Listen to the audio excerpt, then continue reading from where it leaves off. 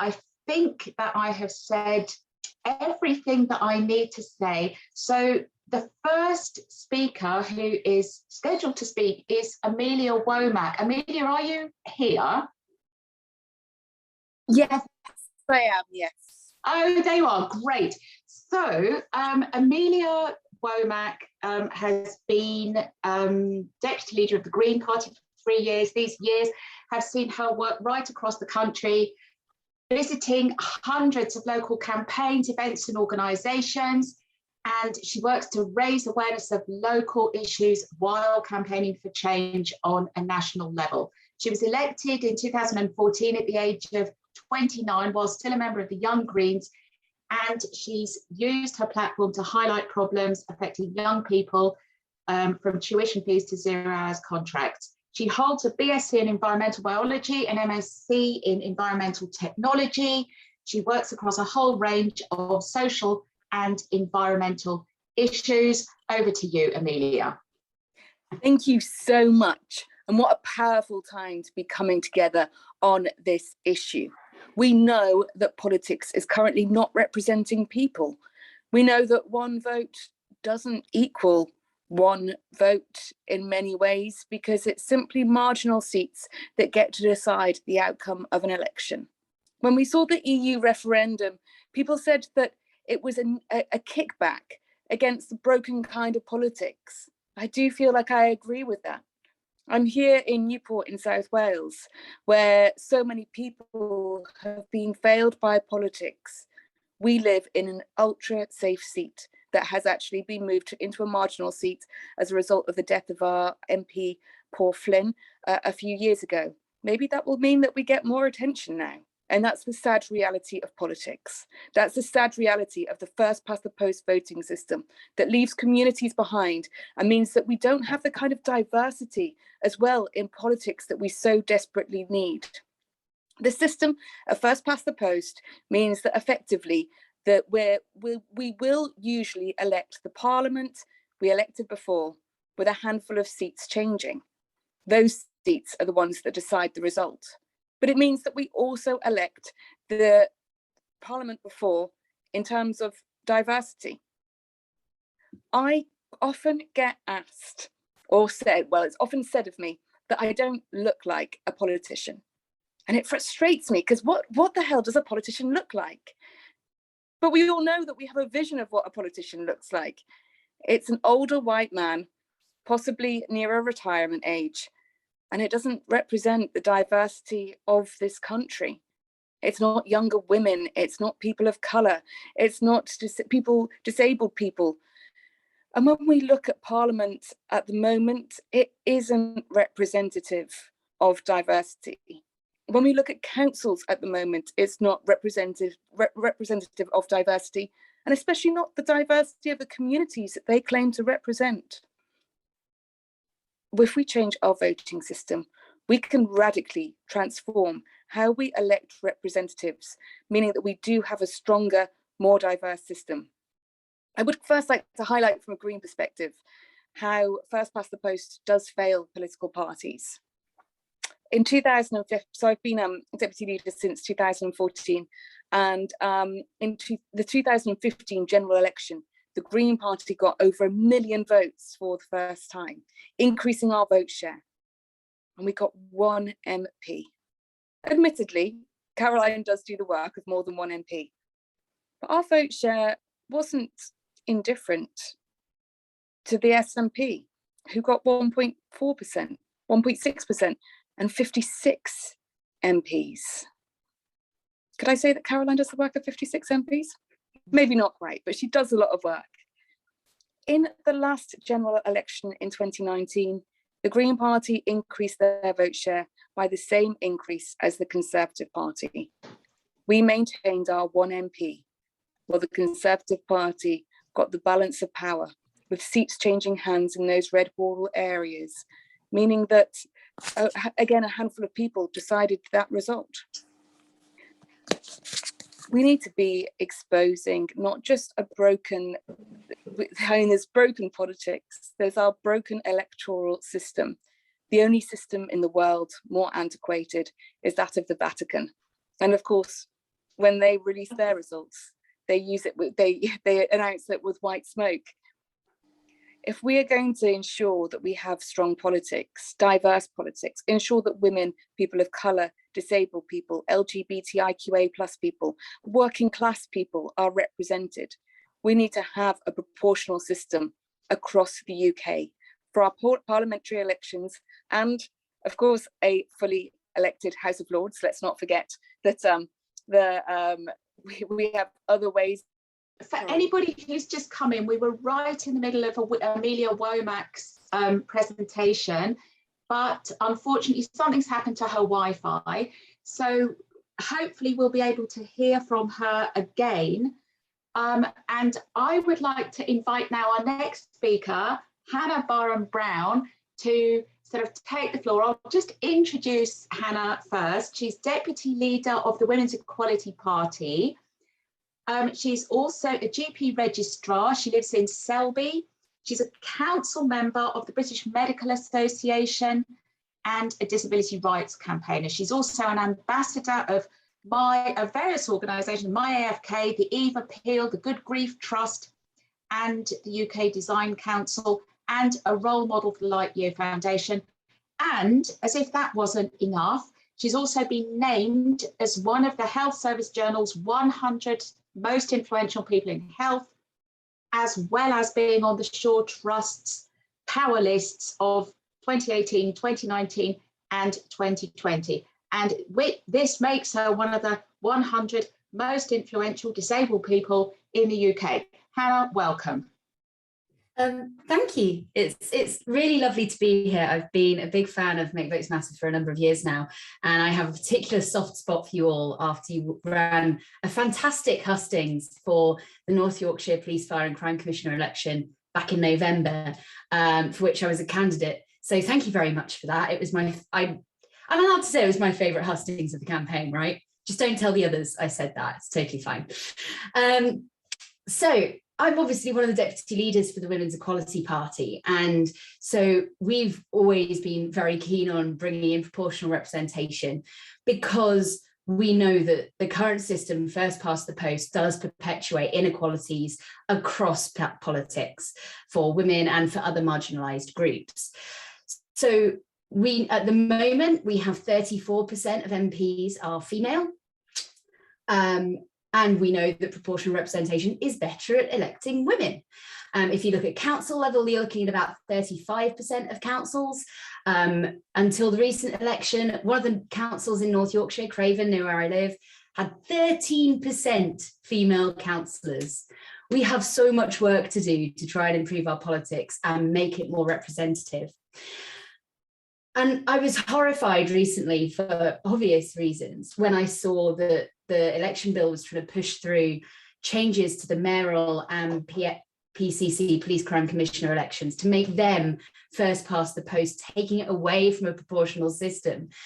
And it felt like our democracy was going backwards. And in many ways, it actually is. You know, we've just seen the election bill go through, and that's been a huge part of this. So, you know, many of you will be aware of the bringing in of voter ID and how much that's going to disenfranchise people. So voter ID is going to call for photo ID effectively for everybody who wants to vote in an election, which could rule out up to 11 million voters in the UK. That's 24% of the population through a whole range of different ways. We know that young women, people living in urbanised areas, are less likely to have driving licenses. They're less likely to have a form of photo ID. We know that when you look at the different populations, different racial backgrounds, Black people are 52% of that population currently hold a driving licence, compared to 76% of white people. That's going to disenfranchise those groups as well from voting. And 1.3 million people in the UK do not have a bank account, which you need to get a passport or a driving licence. Which are the forms of photo ID most likely to be used for voter ID? So we are making life so much harder for disenfranchised groups who are already not engaging with politics to the degree we would like and we would hope. We're already making life harder for them to vote. And this is all in the context of 336 voter fraud cases in the 2017 general election out of 23 million votes. As you can tell, I love a statistic, but you don't have to be a mathematician to tell that we have just tried to disenfranchise 11 million voters for the sake of 336 fraud cases. It's utterly ludicrous. We have so much work to do to try and make our politics more diverse. And there are so many groups in this country trying to take it the other way, trying to make it less accessible and less inclusive. Now, as you've heard, I'm a disabled person. So for context, I look like this. When you're on a Zoom panel, nobody can see the wheelchair. So I like to bring a prop. I should make it clear I don't look like Barbie, because that's a very unhealthy body image, and I'm not promoting that. But also my chair's a lot cooler. But disabled people are massively disenfranchised by our current political system. I don't know whether many of you who are on Twitter will have seen lots of people coming out of the last election saying they couldn't physically get into polling stations to vote. I had friends who are wheelchair users who are having people bringing their voting cards out to them in a car park so they could vote. That's what we're currently dealing with. There's so much ableism in our political system. So when I contested the Leeds City Council a few years ago, I turned up for a briefing and I was like, just checking, could I get in to the council chamber if I was elected? And nobody could tell me. It took them 2 weeks to find out whether I'd even be able to serve as a councillor, because they didn't know whether the facilities were accessible. So we've got a huge way to go. And we know when we're looking at disabled people, that proportional representation elects more disabled people. And there are a range of reasons for that. But one of them is that it tends to be a less candidate-focused voting system. We tend to see a lot more kind of wider party politics debates. And that means that candidates like me, who can't canvass because I can't physically get to half the bloody doors in North Yorkshire, they're all upstairs, we can still engage in politics, we can still contest elections, and our disabilities are not holding us back. Proportional representation does make things a lot easier for us. So to kind of round up, for me, a proportional representation system promotes equality, and it ensures that we all have to listen to everyone's voice and we have to work together. We're forced to do that. And that means that those people who would love to have total world domination, and we know who they are A, unlikely to get it, and are B, forced to sit back and think about why that might not be such a great thing. So we've got a lot of work to do to try and make our democracy more equal as a whole. And that includes political literacy and education. That includes pushing back against the recent legislative change. But first and foremost for me, it does include proportional representation. So thank you for all your work. Thank you for hosting this event. And I'm really excited to hear from the rest of the speakers, because I know it's going to be a fantastic evening. Thank you so much, Hannah. And, you know, one problem with Zoom is that we can't give a really good rousing round of applause. But you know what? I'm going to use my little reaction button and I'm going to put a little clappy thing in. And let's, you know, why doesn't everybody do that? It's just a nice thing. But I'm sure everybody would be clapping really loudly if you could hear them. So I'm going to waive my right to ask you some questions, because I think we have Amelia back in the room, and I'd like to ask Amelia now, if you're here and if your Wi-Fi is working, do you want to come in and finish off? So thanks to Hannah, and Amelia, step up now if you're around. Great. Thank you so much, Maria. I'm hoping I didn't freeze in a really embarrassing position. That's the trouble with 2020, 2021, 2022. Yeah, so I was talking about women and how we can get more women elected under a more proportional system. And we know that women vote for things that mean that you're effectively creating a nothing about us without us, that women vote on issues in very different ways because we're directly impacted in very different ways. When we look at austerity and how women were more directly affected than men as a result of austerity budgets that went through, and yet we saw women in Parliament also taking a stronger stand against those austerity measures.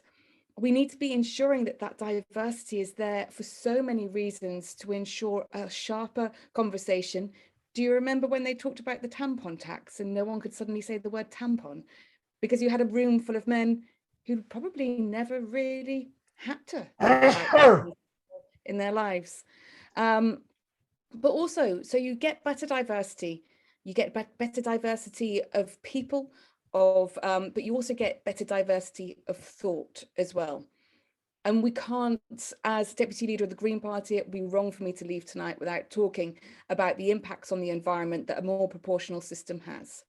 In countries where we have more proportional systems, we saw them sign up faster for COP events to things like Kyoto, the Paris Agreement.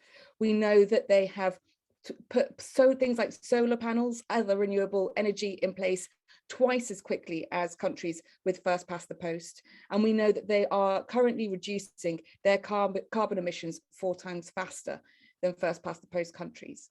And when we even look to places like where I am here in Wales, we've put in place things like the Future Generations Act that means that all policy is analysed through its impacts, not just on this generation, but on generations to come.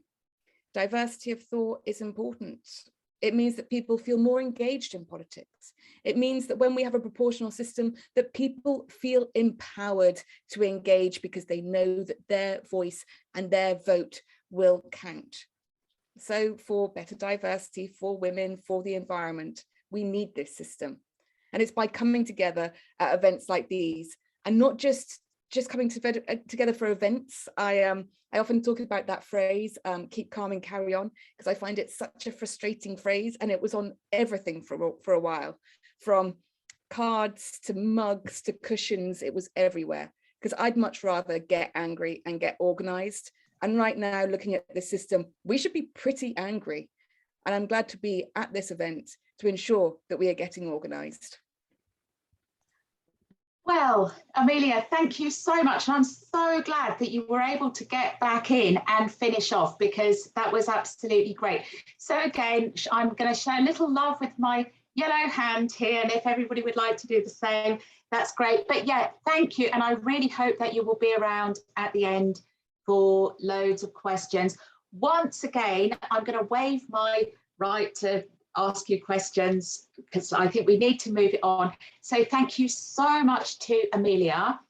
And I am going to ask our next guest, our next speaker, to step up. So our next speaker is Femi Olawale, who is a political commentator. And he has got an eye-watering number of followers on Twitter, 350,000 at the last count, probably more by now. And he has risen to prominence during the Brexit campaigns and is commenting on lots of other things now, including proportional representation. He's a law graduate. He grew up across England, Scotland, and Wales. He worked in EU human rights in Brussels and Vienna for 3 years before returning to the UK to tackle Brexit and the direction that it's been taking in the UK. He co-founded a youth movement against Brexit called Our Future, Our Choice, which ran from January 2018 to December 2019, and which appeared very widely across Sky News, BBC News, and Good Morning Britain. He makes regular appearances on Jeremy Vine and writes for The Independent. Femi, over to you. Hi. Thank you very much. I did what I did when I went to, in a period from 2016 to 2019, that was a period of education for me, because I went around the country and spoke to people who'd voted the opposite direction to me in 2016. I'm trying to avoid buzzwords, to try and keep things as politically neutral as possible. And when I found out what they wanted, we all heard the phrases like take back control. And if you're born in, and often when I speak to people in London, especially London, who were completely shocked by the result in 2016, have no idea what happened and why it would have happened and did not expect it to happen. I tell them, look, imagine if you were born in Darlington, Hull, Swansea, Sunderland, and you voted Labour your entire life because Margaret Thatcher closed the shipyards and your dad lost his job when you were 11. Imagine if you watch London get more investment every year, Millennium Dome, London Eye. When's the last time you saw an underground tube system in Hull? And you watched, despite voting Labour, nothing ever came to you because, well, Labour is always going to win in your area. The Tories are never going to win in your area. So neither party has any incentive to actually help improve your life, and you're left behind by politics. And the one time you're being told to vote for status quo and the one time you're giving a chance to change things, the person telling you to vote for status quo is David Cameron. Under those circumstances, I can very much understand the need to take back control, because people do not have that. They can feel that. They know their votes don't count. We have an incredibly unfair voting system. The math of the situation is that in 2019, Labour got 33% of the vote and 32% of the seats. The Tories got 44% of the vote and 56% of the seats. That means that Tory votes are worth about 30% more than Labour votes and 18 times more than Green votes. So if you think about the issues that you care about and the party that you might vote for, your ability, your voice is that percentage lower than the ruling party. Everybody knows their votes don't count. It's not just about knowing your vote doesn't count. It's about feeling forced to vote a different way because you know your vote otherwise wouldn't count. And that has a number of problems. That means that people feel disappointed in politics from the moment they tick the box, because they know they haven't managed to actually express themselves the way they would want to. And that creates an already existing anger before politicians have even taken their seats. Then there's the issue of people feeling that they've had to vote this way, but then getting blamed for voting that way because they felt they had no choice. So I imagine there are many people who vote for, let's say, certain politicians who've done certain bad things, who didn't want to vote that way. They would have wanted to vote for a more moderate candidate, but they felt they couldn't. And as a result, everyone else in society gets angry at them. And it's that antagonism that comes from first past the post, because only one party can win, which means that in any given constituency, anybody with a different view to you or a different rosette to you is an existential threat to your political ambitions and what you want, because only one view can count. And so, for example, the way I often explain why, when I often say quite inflammatorily that the UK isn't a democracy, I say, well, what if 30% vote for a party on, let's say, one side of politics, and sorry, let's say 30% vote for one side of politics, and another 30% vote, the two parties vote for, hang on, I'm trying to avoid saying party names to keep this as screw it. 30% vote Labour, 30% vote Green, and 40% vote Tory. That means 60% has voted for left-wing parties, even though 40% will win because the Tories came first past the post. And if that's repeated across all Parliament, then that means that you'll have 100% of MPs being Tories, even though 60% voted for left-wing parties. You can't call that a democracy. It is a joke. And that means that you end up with people being utterly disenfranchised. And because of that antagonism of that need to vote one way, people just feel that they can't work with anybody else. And that means that anybody you speak to, they're automatically the enemy. And because of that difference in voting power, it means that when you look at things like, because we know that people from certain backgrounds are more likely to vote one way. We know that in that maybe according to race, class, gender, sexual orientation, all these issues, as a result, they're less powerful. So the things that need to happen in order to achieve equality are less likely under this system because their votes count less already. And if you look at issues such as, for example, I mean, many studies have been done to show the level of discrimination that happens in terms of hiring, and that you're less likely to get a job if you're from a certain background, etc. And so things like blind TVs, to basically you don't see people's names, etc., that would help improve access and equality in terms of the hiring process. Those things don't happen, and so those people aren't given the opportunities to be in those roles. And as a result, the perception of them is that they can't get into those roles, and that actually reinforces the discrimination against those groups because they're never given those chances. And so we actually end up a worse society as a result. And so we end up with less tolerant. And also there's the issue of what we're looking at right now. Politicians feel they can get away with anything.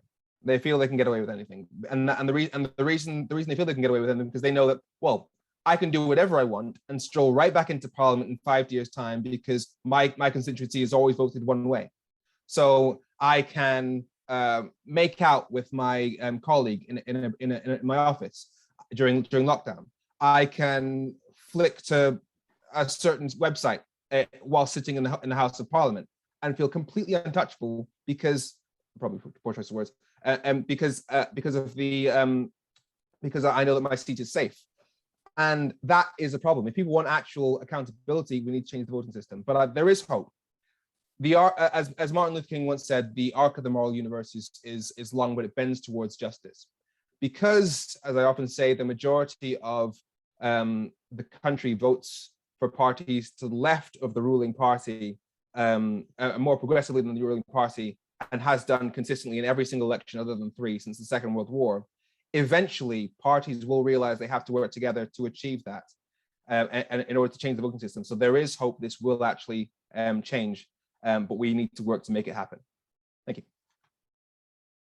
Femi, thank you very much. Once again, little bit of applause, lots of applause. That was great. Thank you so much. Yeah, really interesting stuff, and I'm sure there will be lots of questions. Once again, I'm going to waive, my questions have basically gone, I'm not asking them. So instead, I will thank Femi and I will welcome our next speaker, who is Hina Bakari. Hina, are you? Yes, I can see you. This is great. So I'm going to say I'm just going to tell you a little bit about Hina before she starts. She became the first Muslim female councillor in Merton in 2018 and was elected to the London Assembly in 2021. And in 2022, she became chair of the London Assembly Economy Committee. And Hina wants to ensure the widest range of communities and more young people are participating in decision making. She's passionate about electoral reform and making voting fairer for all. Over to you, Hina. Oh, thank you so much. I am quite anxious of the fact that I'm having to follow some amazing people already who've spoken so eloquently, and I've thrown all the statistics at you and all the arguments for this, and so I think many of you have already heard the reasons why so many of us are so passionate about this, and I'm a product of this broken system. That's why I'm so passionate about proportional representation. There's no surprise that as a Lib Dem, I'd obviously be very pro PR, as we've been fighting this system for many, many years. And our electoral system, based on first past the post, is literally robbing millions of voters from a voice. They're being ignored. They're being silenced by this system, and we've been fighting for PR for years because it is a rigged system, and we have to end safe seats.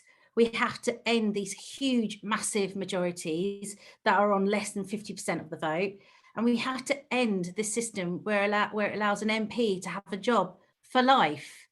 And you can do whatever you like and still be an MP. You can be really, really bad at your job and still be an MP because of this system. And I want a system where politicians have to work really hard to get elected. As a Lib Dem, I can tell you we have to work very, very hard to get elected in the first place and then to keep that job. And I think that's a good way of being an MP. If you're a good MP, you're going to want to make sure that you're listening to your constituents, that you're paying attention to what really matters to those local communities, and that you're working hard. But I also think that politicians have to work with others, and with PR, that's the system you get. You get politicians who are willing to work with others, and that means, dare I say it, even a coalition, so that you can actually have more progressive style of politics. And we've seen that happen in other parts of the world. But I am a product of this system that has meant that it took till 2018 for me to become the very first Muslim woman elected here in Merton. And again, in this recent local election, again, I am the only Muslim woman in Merton. Yes, it's great that it's such an honour to be elected, but my gosh, where are they? Where are these Muslim women? Please, can you stand? I do not want to be on my own anymore. And it really is frustrating. There are so many things that are happening in the world that need to be talked about. One of the things, for example, is Islamophobia. And the definition of Islamophobia has still not been accepted in my council in Merton. Now, this is shocking. It's just one example of why my voice needs to have backing, and I need more women like me to help me and get our voices across. Now, I did also stand in the general election for Sutton and Cheam, and almost 71% of votes made no electoral difference. Now, I increased my vote share. I'm very proud to say that. I was second. But if all the opposition votes were counted up, I would have beaten the Tory that won instead. And that's just an example of why our system is broken. And I believe wholeheartedly that proportional representation will make the changes that we need. Ethnic minorities are less likely to vote, as we've heard from Hannah's fantastic statistics earlier. And you know, it just shows you that if you're Afro-Caribbean or come from an Asian community like Bangladesh or Pakistan, and I hear it from my friends and family, they're not going to vote. They just don't feel any reason to. They don't think their voice is being heard. They actually literally say this to me all the time. My own family members say, what's the point? It doesn't make any difference. And they can see it because it's taken me so long to get elected myself, and the amount of effort it's made, you know, for me to do, to get this far. They know that it's difficult, and that's why they just feel so disillusioned. Now, there's lots of things that I could say about, you know, PR being a great way of promoting diversity. I know it's not the only thing. There's a lot more to it than just having PR to promote diversity. But there are some examples where there is PR helping increase diverse candidates. 32% of the GLA members come from ethnic minority backgrounds, compared to 23% of the MPs from Greater London. So that is a good example. We're doing really, really well in the London Assembly. 4.5 of MSPs, which is based on proportional representation, come from an ethnic minority background, compared to 1.7 of Scottish MPs, and 5% of MSEs in Wales from an ethnic minority background, compared to 0% of Welsh MPs. So there is some evidence to say that PR does increase the amount of diverse candidates and winning candidates.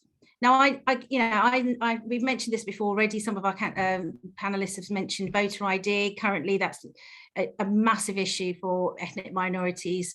A lot of people, and my friends and family of mine, don't have a passport, can't afford a driving license. This is going to really impact the way they will vote, whether they can vote. Accessibility has been talked about, and the fact that there's no tactile voting devices for the blind and visually impaired. The 3 Million EU Citizens campaign, which I've been really passionate about. And the elections bill has ended up with a two-tier system in which EU citizens who arrive in the UK after 2021 won't have the right to vote. Now, I, in the London Assembly, worked really, really hard with a group to make sure that we passed a motion endorsing the residence-based voting rights to extend the right to vote to over 300,000 Londoners who currently don't have the right to vote. We know it's a problem here in London, and we're working really, really hard here in the London Assembly to make sure that we are speaking for those people, to make sure they have a right. But right now, the system to elect the mayor has now been changed because of the elections bill. There's no second preference vote now for the mayor. And this is a massive disappointment for all of us here in London, when we had a great system based on proportional representation. And if we continue to extend the first past the post system, it just continues to downgrade our democracy. Now, I think that so many of you have already made so many fantastic points. I'm not going to go any further, but I do want to say that how grateful I am that this campaign has allowed me to get involved with you guys. I'm able to speak to so many people from so many different backgrounds, and it was such a pleasure to speak to so many of you at Parliament Square. Obviously we didn't get our way and we didn't manage to end the elections bill, but to see so many of you out there from so many different backgrounds was such an honor. And I think this is the thing we need to carry on. We need to carry on working together. We need to carry on fighting. We need to carry on speaking as one and make our voices louder and clearer as much as possible. And it's surprisingly now how often I'm hearing people at the door speaking about this subject. It came up quite a lot when I was doing campaigning during the local elections. And that surprised me, because it didn't in 2018. It happening now, and that's because people are becoming more politically aware. They're getting the pictures of graphs and who to get the person they don't want in, and now they're becoming more savvy about how to vote. And it's a shame, because then people are coming back to me, and I'm sure people from the Green Party will understand this, that people want, I just want to vote with my heart. Well, if you want to vote with your heart, then you've got to make sure that proportional representation becomes the way we work in this country. And that's the only way we can truly be true to ourselves, true as politicians, making sure that we really speak to all our communities and represent them all the way we should be as politicians. So thank you very much for all of your time, and I'm really looking forward to your questions later on. Hina, thank you so much. I'm just putting my little yellow hand here. Great, thank you.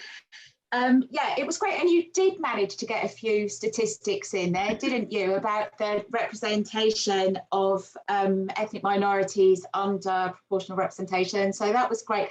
And also I must apologise to you, because I didn't mention in my opening remarks that you were a member of the Lib Dems. And obviously I should have done, just to, you know, because that's who you are, and just to illustrate the breadth of representation that we have here tonight. So Hina, thank you once again. And I'm now going to welcome our final speaker, Shaista Aziz. Are you here? I am indeed. Great, really nice to see you. So let me introduce you. Shaista is the Labour councillor for Rose Hill on Oxford City Council. She's a journalist and a former aid worker, and she's also passionate about the rights of people experiencing homelessness, especially women survivors of domestic abuse. Shaista's campaigned on anti-racism, launching a petition in the aftermath of the Euro 2020 final, which received 1.2 million signatures, and last year passed a motion on Oxford City Council setting up a task force to tackle violence against women and girls. Over to you, Shaista. Hi, good evening, everyone. And first of all, congratulations to the organisers for literally putting together a diverse panel, which doesn't happen. We don't always see diversity in our politics, not only in politics, but on panels as well. So I just want to thank you for doing that. I just want to start off by just reminding all of us that tomorrow marks the 2nd year anniversary of the murder of George Floyd in the US. Obviously, that horrific murder is something that we got to see. It was being live streamed at the time. A young woman filmed that murder and the clip went around the world. And from that, there was a reinvigoration of the Black Lives Matter movement, which was a global reinvigoration here in the city of Oxford, which is where I am and where I'm from, born and raised in the city. We had thousands of people protesting in our parks, in our open spaces. Let's remember there was still a lockdown at the time, and they were defying new legislation around gathering of people. Thousands of people gathered, and we also had a convergence of people from our city and the town, basically. That's what you call people from Oxford, and the Gown. So the centre of Oxford, where the university is, where the opulent wealth is, disproportionate amount of money and resources in that part of the city. And then there's everybody else. If you head towards the east of the city, that's where real people live. And you saw for the first time a convergence of both sets of people when there were thousands of protesters on our high street demanding that the Cecil Rhodes statue is removed and demanding racial justice and equality. Now, I start from there because often we hear that people are not engaged in politics and people are turned off from politics. Well, I don't believe that's true. I believe that what we saw, the reinvigoration of the Black Lives Matter movement, the massive climate justice movements that we're seeing, the direct action that's taking place around climate justice. You mentioned in your introduction that I was one of 3 British Muslim women who set up a petition following England's defeat in the Euros last year and the horrific levels of racism being thrown at 3 young Black England players. We set up that petition to demand that this government tackles racism, which for some people is a bit of an ironic statement itself, but we demanded that this government tackles racism along with tech companies companies and football authorities, and they ban racists from football. Now, that petition galvanized 1.2 million people. We got 1 million signatures in the space of 48 hours. And on the Wednesday, the petition was launched on a Monday, and on a Wednesday, Boris Johnson was standing up at PMQs referring to our petition. We know that this government has, weaponized anti-racism in its so-called battle against woke issues. So really, politics is alive and well. There's a lot of energy in terms of the mass movements that have been built over the last few years and before that as well. So why is that happening? That's happening because people feel that their voice matters in those movements. They feel represented in those movements. They feel that they have the ability to make change in a way that's not happening in so-called mainstream politics. Now, Hina, you spoke very eloquently, and indeed all the speakers have, but you specifically talked about Islamophobia. I've been a councillor here in Oxford for coming up to 4 years, but it's only last year, on the back of the Black Lives Matter movement, that we managed to get a racially representative cabinet for the first time. And in that year, last year, we had 3 women of colour, born and raised in Oxford, voted onto our cabinet. Now, these things don't happen by accident. It's taken a long, long time for that to happen. So the point I'm making here is we need to connect the movements, the activism that's taking place in this country and beyond in Europe, very progressive movements taking place that are transnational and that are connecting the dots between what's happening in Europe and what's happening around the world in terms of injustice, in terms of climate injustice, in terms of economic injustice, in terms of misogyny, this massive rise of particular transphobia and hatred. So we need to connect all of this. And I think for a lot of people, colleagues have already spoken about the fact that people do not believe that their voice is being heard. They absolutely don't believe that. If you look at voter turnout, it's very, very poor. If you look at the local elections just from a few weeks ago, it was pretty dismal figures in terms of people coming out to vote. But like I said, at the same time, people are very, very politically conscious. They're politically aware. We're currently in another, we're currently still in a COVID crisis. On top of that, we have a cost of living crisis, but the cost of living crisis really is an extension of austerity. Let's not pretend that it's not. So the point here is we've got to figure out a way of really telling our story a lot better. I think for some people, PR just becomes a very technical issue, and it becomes all about statistics and data, which is important. I'm not suggesting it's not, but we've got to get better at telling those stories, and in particular telling those stories of people who just simply don't think that they matter, that their vote counts. I'm just going to wrap up by saying that it's not by accident that in countries where PR is working, where it's functional, it's not by accident that these countries are becoming more egalitarian. And at the same time, the UK is now amongst one of the most unequal societies in the whole of the world. We are heading towards the same direction as the US when it comes to health inequalities, for example. But PR leads to better income equality, less poverty, better social spending, better economics, strengthening of democracy. It leads to better representation of trade unions and strengthening legislation, and it also leads to better environmental protection. So really, PR is not a magic wand, but basically what it does offer us is an opportunity to show that politics can work, and indeed it must work. So I'm very grateful to this movement that is alive and well, and I'm actually a delegate at Labour Party conference in Liverpool, and I'm busy working with colleagues here in Oxford to get a PR motions passed in branches in our city. And I just want to tell you some good news, which is we've got PR motions passed in 2 of our branches so far, and we're continuing to build on that. And I do hope that by the time we get to Labour Party conference, on the conference floor, this issue is debated properly, and there is a proper nuanced discussion which we can then continue to build on in terms of taking it beyond the conference floor as well. So thanks very much. Shaista, thank you ever so much. That's a great speech, along with all the other great speeches we've had. So yeah, thank you, and thank you to all the other speakers for a great lineup. And haven't we just heard all the arguments that PR will give us? you know, a better politics, a more diverse politics, a fairer politics, a greener politics, a better behaved politics, a more accountable politics, and the list goes on. You know, there's just a small matter of getting there, and I think that some of the questions will address this. So just before we move on to questions from the floor, one more thank you to all of the speakers. You were great. And I just want to tell you now about how we will be managing the questions, just in case anybody came in late.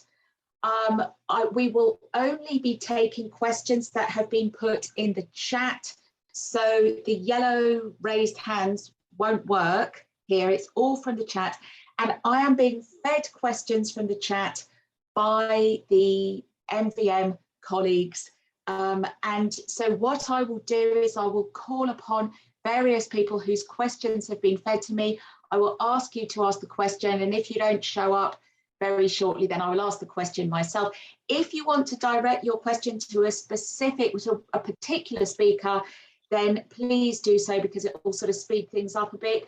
Speakers, if there's been a question that's been addressed to a particular speaker and you want to come in as well, please do come in. Please keep your answers relatively brief, because we've probably got quite a lot of questions to get through. And you don't all have to answer every question. It'll allow for more questions if we just have sort of a few speakers answering everyone. So let's start with a question from Bridget Petty about examples of countries doing PR well. Bridget, are you around? Yeah, I'm around. Thanks. I haven't written it down myself, but it's like you wrote it on chat and then it's gone up there. I'm an elected councillor with the Green Party, and I got elected in 2019. I felt like women in my area were underrepresented, and people under the age of 50 or 40 were underrepresented. So I wanted to stand up for my children's future and for my community. We actually are a rainbow administration, but I was interested in the speakers. Where do they look to abroad or in other administrations where they can see a better system working and more diversity in representation? So where inspires you and where gives you hope? Thank you. Speakers, pile in when you're ready. Thank you, Bridget. I'm very happy to jump in on this one first, if that's okay, because I have a real soft spot for Finland. I've never been, though I really want to, and I've now got the Monty Python song stuck in my head, so I'm really sorry about that. I'm not going to sing it for you. But Finland is doing PR really well, and one of the reasons I'm quite in love with it as a country is it was the first country to have equal voting. It brought it in 1906, so we had equal voting across genders in 1906 in Finland, and we've now seen that all 5 party leaders in the coalition government are women. It is one of the most gender balanced governments in the world, with at least 40% of each gender represented. And if you look at the 5 leaders, the majority of them are under 40, and Sanna Marin became Prime Minister of Finland when she was 34, which is my age and is utterly terrifyingly daunting. So she has my complete respect for that. And I think one of the ways you can see how powerful PR has been in terms of getting this government elected has been in their COVID response, actually. And as a GP, I'm obviously a bit obsessed with the COVID response. They have had one of the best responses in Europe, both in terms of the health and the economic response to it. And one of the reasons that people have put that down to, one of the things people put that down to, has been that trust in the Finnish government throughout the pandemic has been comparatively high.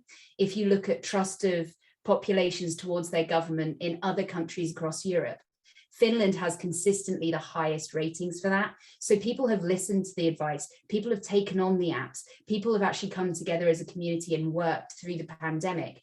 So I think for me, that's been really powerful to kind of see how PR has led to that and has probably saved lives.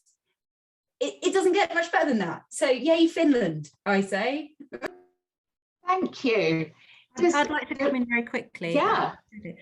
Let's praise ourselves. London itself, London Assembly. If you have a look at the London Assembly members, go on their website, you'll just see how diverse it is, all based on proportional representation in this country. Half of them are women.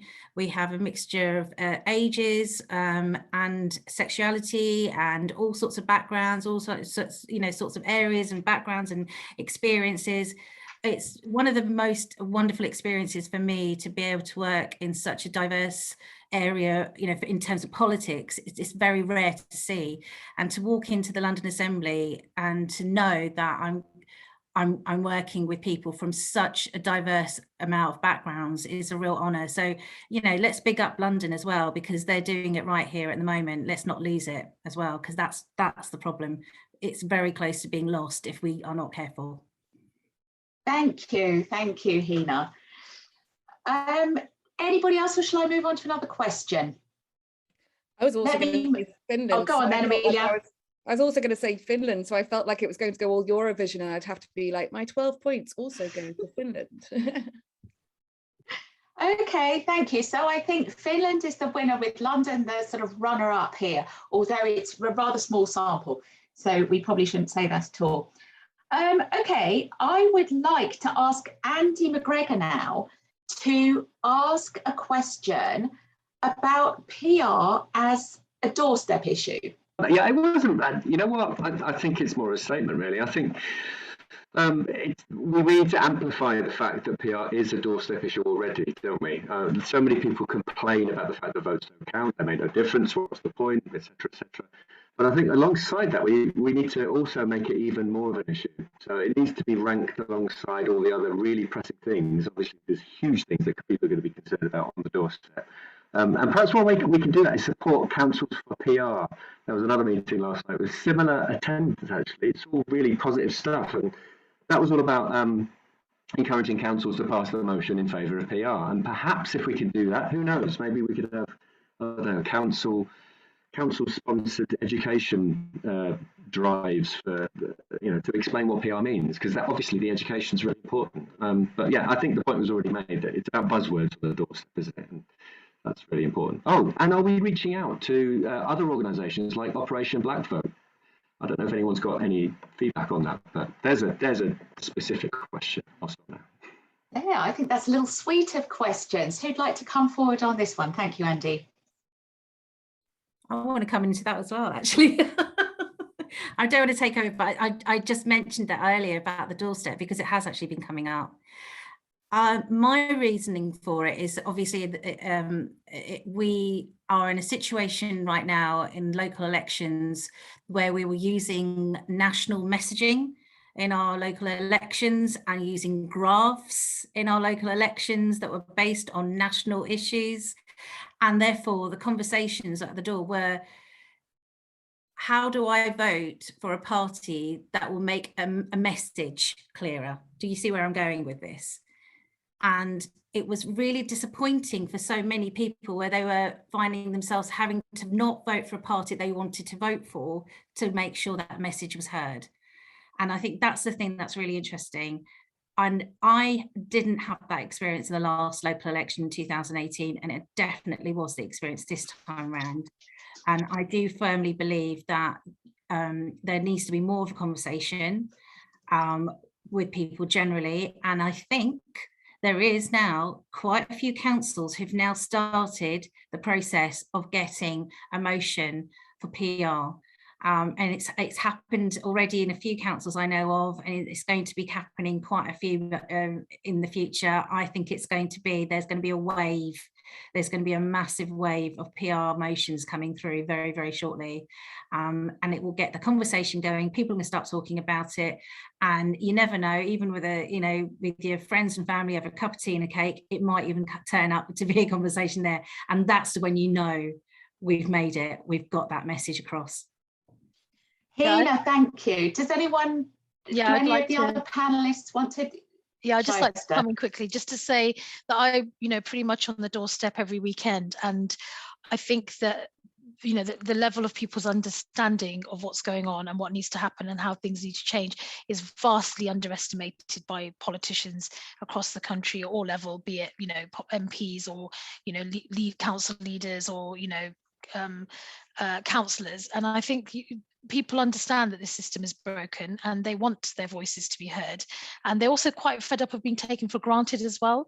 There's also that as well. I mean, I'm going to mention the word Brexit because someone has to, and you know, that the well, you know, in terms of how much the well has been poisoned, you know, in terms of people's complete distrust of politics and how broken politics is, really it went into overdrive with the Brexit and with the division that's been created. But I think people are starting to understand in more detail, you know, that PR is not, like I said, a magic wand, but it definitely is going to make a difference. And I think that people are embracing it a lot more. Like I said, you know, 2 branches here in Oxford have passed that motion and we continue to push it out. But I think one of the things that we need to do, and we didn't do this when we were trying to tackle Brexit, and I don't really see it happening generally, is we need to build a broad, representative, diverse movement. We cannot keep having the same people showing up in the same spaces, where every room pretty much looks the same. That's just not going to work.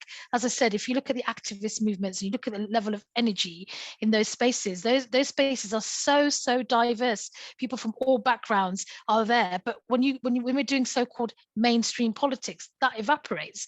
And that is something that we really have to focus on. And I think one of the ways that we do that is we listen to how people want to talk about PR. What kind of language do they use? What kind of examples are they using to discuss what's happening in their neighborhoods and their communities? And then we need to adapt to that, and we need to understand that, you know, it's not because people are stupid or daft or they don't understand technical issues. No, but we need to be better at telling that story with people and creating spaces where, you know, we can collectively build this campaign. But this campaign has to look different to other campaigns, otherwise we won't be able to get it to where it needs to get to.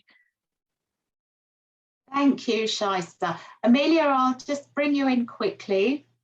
Thank you so much, because I think it's interesting. I've been knocking on doors for well over a decade, well over 15 years now, but as deputy leader for the last 8 years has given the opportunity to go to all kinds of different locations. And one thing that I'd notice, especially in the last 8 years, is that development of a lot of people talking about the Green Party supporting proportional representation as a bad thing, because didn't we have a vote on that? And now I don't get that as often.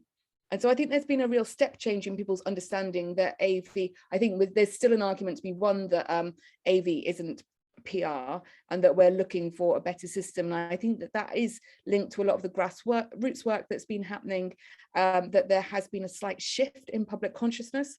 And I sometimes think it's quite rewarding to remember that public opinion has been changing and evolving in 8 years. It's not a short period of time, but it is something that's quite reassuring to know that people are bringing proportional representation up on the doorstep as a positive thing, rather than my experiences of it being negative in the past. Thank you. Right, I'd like to now take a couple of questions that I think are a little bit related. So first of all, have we got Leonard Will here? Because Leonard, I'm seeing a question for you about sort of independence of thought. If we haven't got Leonard here, I'll just ask the question myself. Leonard? Okay, I'll ask this question, and that is, how can we allow more independent people to become MPs who can think and vote for themselves without being subject to the discipline of a party whip? So that's one of the questions. And then a related question came from Marisha Ray. Are you here, Marisha? Which is about diversity of thought. Would you like to ask that question, Marisha, if you're here? Yes, I am here, but I've lost the question of diversity of thought. So could you possibly ask it for me? I can remember the other one from my head. Yeah. So basically, Marisha's question is, how do we act on intolerance against diversity of thought within political parties, which is often directed at the underrepresented and the intersectional, and hence they disengage. So actually, I think those two questions are quite closely related. Any answers? Can I go on the whipping system, because we should abolish the whipping system? It's a really toxic way of working and operating, and as the Green Party, we want to remove it. In councils across the country, instead of having a council whip, so you might not, there's a whip in councils as well that tells everyone how to vote, and they get more money than the other councillors for doing that job. And so instead of them whipping people and telling them how to vote, they use that extra time and money to create documents so that people can make a well-informed decision about how to best represent their residents and their communities, rather than being told how to do that. And I think that kind of really creates a better kind of politics when people are able to vote for their community, because across this country, not all communities are the same. And so expecting people to be told how to vote, as we know, in a very, the way that system works is horrific. In general, you hear of MPs hiding in corridors so that they won't take the wrath of the whip if they want to vote a different way to how their party is going to vote. And if we're going to have a better kind of politics, let's really talk about the kind of political reforms we need, proportional system, abolish the House of Lords, and even doing things like removing the whip can be ways that we get a better way of people genuinely working for their communities, for their residents, their constituencies, their wards, in a way that really values those people. Thank you, Amelia. Can I just ask, do we still have Femi in the room? Because I'm not. Yes, we do. Ah, thank you. Do you want to say something about this? In relation to independence of thought, so I would say that under a PR system, you would have people that would act independently, and I think that would then, they would be able to do so within a space whereby if they did anything that was too bad, that would end up damaging the reputation of the party, and that party would therefore lose vote share. And so I think that's the sort of thing that we're missing from the situation we have now under first past the post, whereby where you'll have individuals doing horrendous stuff that makes the news, but it won't damage the party's vote. It won't damage the party's vote share significantly, because people will still in their head say, well, I'm voting for an individual. And I think that's why it would actually be better under PR. Thank you, Femi. I think, Marisha, were you indicating that you wanted to come in quickly? On mute, unmuted. Well, I think that there is an issue. I have been told by the police that people from intersectional and underrepresented groups are facing bullying in political parties for just asking questions and expressing ideas. I've also been told that by people who are being bullied in different political parties. So it's not confined to one political party. And that's why people drop out altogether. And there is an issue that in a lot of cultures, of minority cultures, you're expected to discuss and develop ideas together in a consensual way, which is why I took issue in the chat with what Vicky had said about fast past the post being seen as weak, as strong, because this so-called strong turns into bullying of minority groups within the political parties. And you can't escape it by going to another political party. It's the cultural issue that needs to be tackled. And my source of information comes from, I can't name it, but within the police. Thank you. I think the cultural issue that needs to be tackled that PR would help with is entitlement.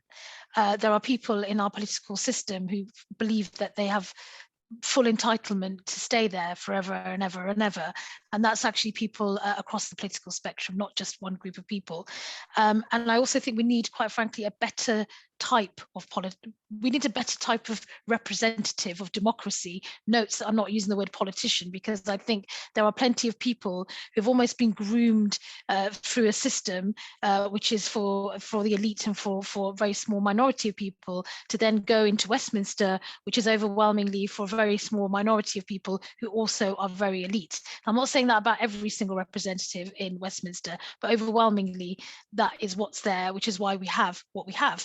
So I think what we need to actually do is we need to see a broader representation of people in politics, representatives in politics.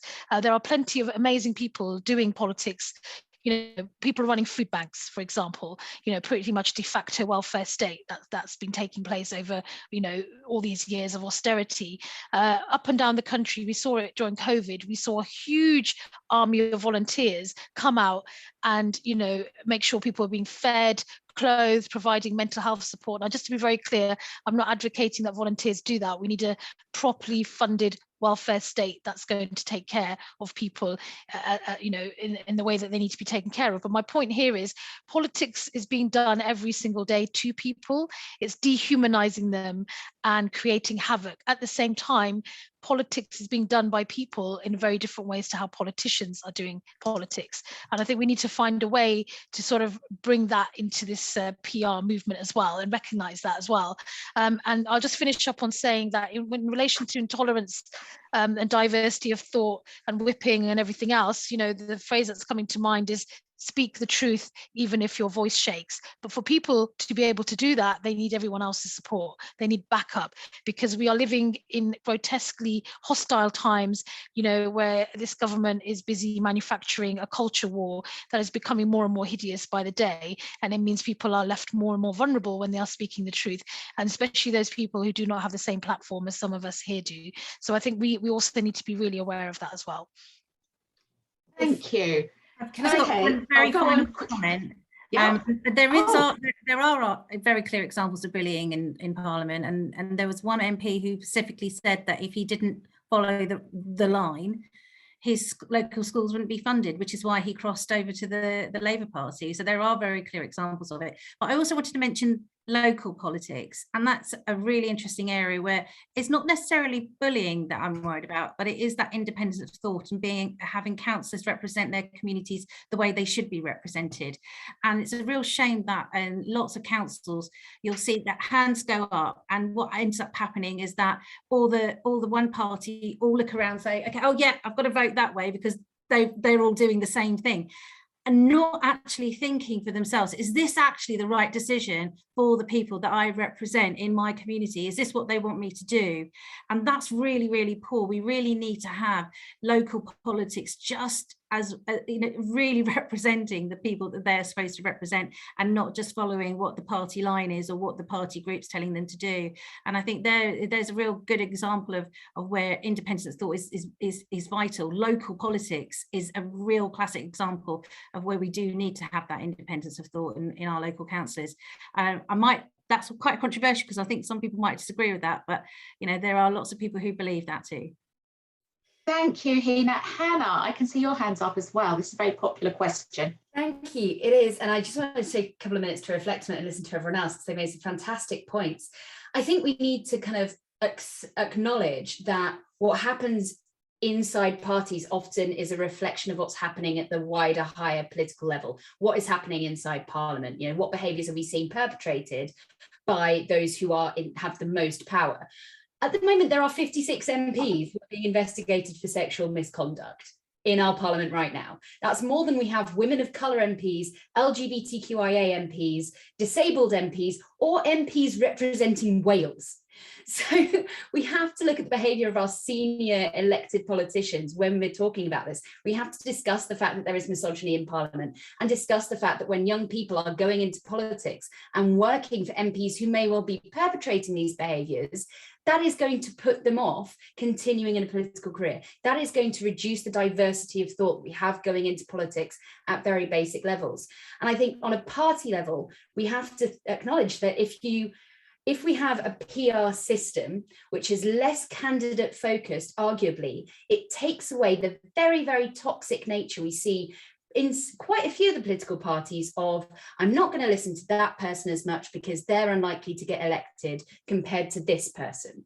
And unfortunately, that's what a lot of it comes down to. We know that party politics can be incredibly toxic.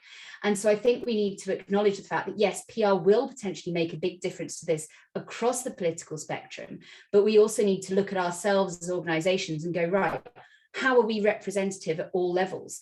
I'm incredibly proud that Mandu, my boss, is the first ever Black political party leader and the first openly bisexual political party leader. I'm the first visibly disabled deputy leader ever. Like it shouldn't be a first. None of those should be firsts in 2022, but they are. And I think until we get that seniority for a wider range of people, we are never going to manage the situations that arise at lower party levels. Thank you, Hannah. Okay. Wow, that was a very popular question. Now, I have one question that I'm going to ask, but I want to leave enough time at the end. In fact, Kleiner Jordan, are you there? Hello, yes, I'm here. Yeah, do you just want to kind of say something from MVM? And then if we've got time for another question, we'll have it. And if we haven't, we won't. Oh, thank you. Yes, I basically just wanted to say thank you to you, Maria, for the wonderful chairing, and to all of the panelists. Again, it's been a really rich discussion, and to everyone attending, both for attending and supporting MVM generally, but also for the great questions. And I also want to thank the organisers. Alex has worked very hard to put this on. Holly's also busy helping. Surinder leads our diversity programme, so thank you all of you. And James has been doing a great job of looking after our media and social media. He's here as well, and just a big shout out to him because it's his last day at MVM, so big thanks and best wishes for next steps to him. And just to invite anyone who is interested to donate to help us run future events and to win PR, I'll pop the link in the chat. And just to let you know about our next events, we've got Get Moving for PR, which is going to be on the 11th of June. And that's going to be all over the country, different actions happening, commemorating the great suffrage walk from over 100 years ago. So do check out that on our website. And then the next Democracy Loves event will be on the 13th of June, and it will be Democracy Loves Strong and Stable Government. And we have David Gork, amongst others, speaking at that to tell us how first past the post does not lead to strong and stable government. So a lot to digest there, but hopefully you've all enjoyed your night, and I'll pass back to Maria for the final bit. Thanks.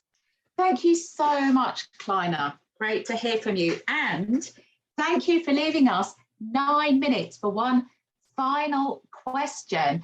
So there've been a couple of comments about this in the chat. By the way, I haven't been able to keep my eye on the chat the whole time, but there's lots going on there. But this one, they've asked me to read it out. So lots of countries with PR have a greater presence of far-right parties. How do we create a PR system which doesn't allow them to make our politics more toxic? And of course, there's lots of variations on this question, because one of the issues that people who are against PR or wary of PR often sort of bring up is, you know, well, wouldn't it just give representation to far-right parties? So I can see Femi's hand up there already. Femi. Yeah, so a couple of years ago, I went on a march with Tommy Robinson in London. I wore a Union Jack t-shirt like this one, basically to pretend to be one of them. And I managed to get one of his right-hand men to admit that he knew that Brexit would make people poorer, but that it was worth it for sovereignty, etc.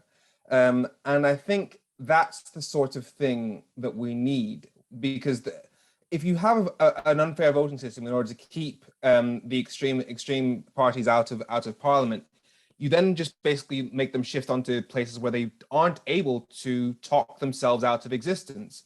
Because for example, if we'd had PR for the last 50 years, then there would have been a percentage of UKIP in Parliament. They would have had to answer questions on a regular basis and explain their plans, and people would have seen the flaws in Brexit decades before it happened.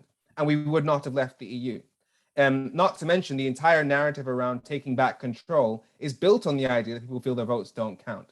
If we are a country where there are people that have unfair views, we should not use poor and extreme views. We should not use an unfair system to hide that. We should address those views and tackle them in public rather than leave them to fester on back alley Facebook groups. Because, and sorry, as a final point, Nigel Farage did not need to enter Parliament in order to shape the future of this country. He would have been much easier to defeat in Parliament. Thank you. Yeah, brilliant. Okay, I think all the speakers want to come in on this. Amelia? I'm just so angry after you said that, Femi. I just, it's outrageous that's, thank you for all of the work you did at exposing all of these points.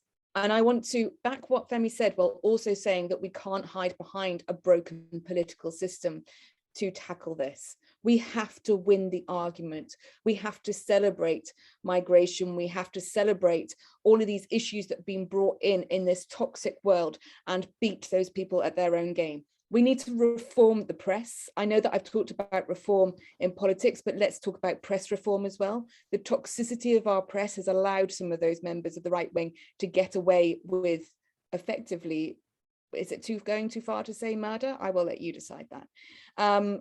The toxicity is stirred up by papers like the Daily Mail, who get away with false information to create their own narrative.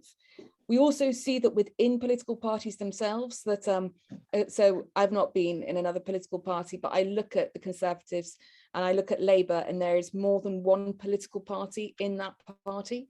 And what we're seeing is that there are lots of people from the right wing that maybe those people who vote Conservative wouldn't agree with are getting in because they are part of the Conservative Party. If we had a system, a more proportional system, I do imagine that maybe we would see what we see in Europe with those big parties fighting out so they can be more honest about who they are and sit, yes, under an umbrella of Labour, Conservative, but what sits underneath that is the real diversity of those views and opinions, rather than some members of the far right being able to kind of, some people with more far right opinions being able to slip in to the Conservative Party on a basis of a more populist basis. We are only going to be stronger if we are tackling this at its root. Let's not hide behind broken things. Let's not hide behind first past the post. Let's bring it up to the open. Let's expose it. Let's be stronger. And let's take down the Daily Mail, because politics would be a lot better without that. Thank you, Amelia. Shaista. Yeah, so James Baldwin said, people who treat other people as less than human must not be surprised when the bread they have cast in the waters comes floating back to them poisoned. Just to be very clear, the far right are in power. They're not in opposition, they're in power. We have, in Donald Trump's own words, Britain's Trump, Johnson in power. We have the most right-wing nativist government that we have seen in recent British history in power. And we have the opposition of all stripes, including Labour, floundering around. We've seen recently in France, a centrist a candidate get back in power, but Le Pen's philosophy and Islamophobia and racism is fully mainstream. So I think we need to really understand that the far right have poisoned, politics, but politicians have allowed them to do that. So again, I think that the route to dealing with this is by getting a better type of person doing politics, and by all of us raising our game and understanding that we've got to start working together. And PR obviously gives us an opportunity to do that. But I think we've got to be really, really clear. The far right is not somewhere out there. It is in mainstream politics here in this country, in Hungary, in France, in other parts of the world. But let's look at Australia and what happened there over the weekend, because that's where we can get hope, and we have to also build that hope as well here. Thank you, Shaista. So Hannah, I see your hand up, have you spoken to this question yet? No. Yes, but I'd like to, please. Like say, okay. I will be quite quick because I know we're running out of time. So I think we've got to acknowledge that the current system polarizes a lot of people, because there is very little listening and there is one hell of a lot of shouting. And it tends to be a, you know, this colour versus this colour in party politics, and that's it. And there's no kind of like plurality of debate. There's no discussion. It's kind of like, I have to vote for this guy because otherwise the other guy is going to get in. And let's face it, it's mostly guys. Also, like many years ago as an undergraduate, I did a dissertation on terrorism and different forms of terrorism, because I was going to be a war correspondent, long story. But one of the things I really learned from that is that people tend to become most polarized and most extreme, in big inverted commas, when they feel that they are not listened to. And you can look at things like the incel movement for this. Look at the kind of men's rights activists that spend a lot of time sending me very unpleasant DMs on Twitter. They are generally people who don't feel their voices are listened to, who don't feel represented, and people who have often lost faith in politics. These are not people who are going to be dashing out the ballot box to engage because they don't see that there's any voice for them. And so I think we need to acknowledge that our voting system as it currently stands disenfranchises so many people to the extent that it pushes them into extremist viewpoints. And we need to be able to have those open discussions and have that kind of political literacy and education that I was talking about earlier, in order to be able to kind of push back against some of these views and educate people about why some of these views are so harmful. And until we get a better voting system in place, that's going to continue to be a very hard discussion to have. Hannah, thank you. I can see that we have hit 8:30. So thank you so much. Just before we go, I would like to thank MVM, everybody at MVM, for setting this meeting up. All of our speakers, Amelia Womack, Hannah Barron-Brown, Femi Olawole, Hina Bakari, Shaista Aziz. Yeah, thank you to everybody. Thank you to everybody for being here. Thank you to everybody who posted in the chat. Thank you to everybody who asked a question. And, you know, from here, it's onwards and upwards, and we will all do what we can. And hopefully, in the not too distant future, we'll get the result that we all want. And thank you for such a wonderful chat. Thank you. Thank you. Thanks, Maria. Thanks, everyone. Thank you. It's brilliant. Thank you. Microphone now. Thanks. Bye. Thank you. Bye-bye. Thank you. Thank you. Thank you so much. Thank you. Bye. Bye. Bye to all. Thank you. Bye. Goodbye.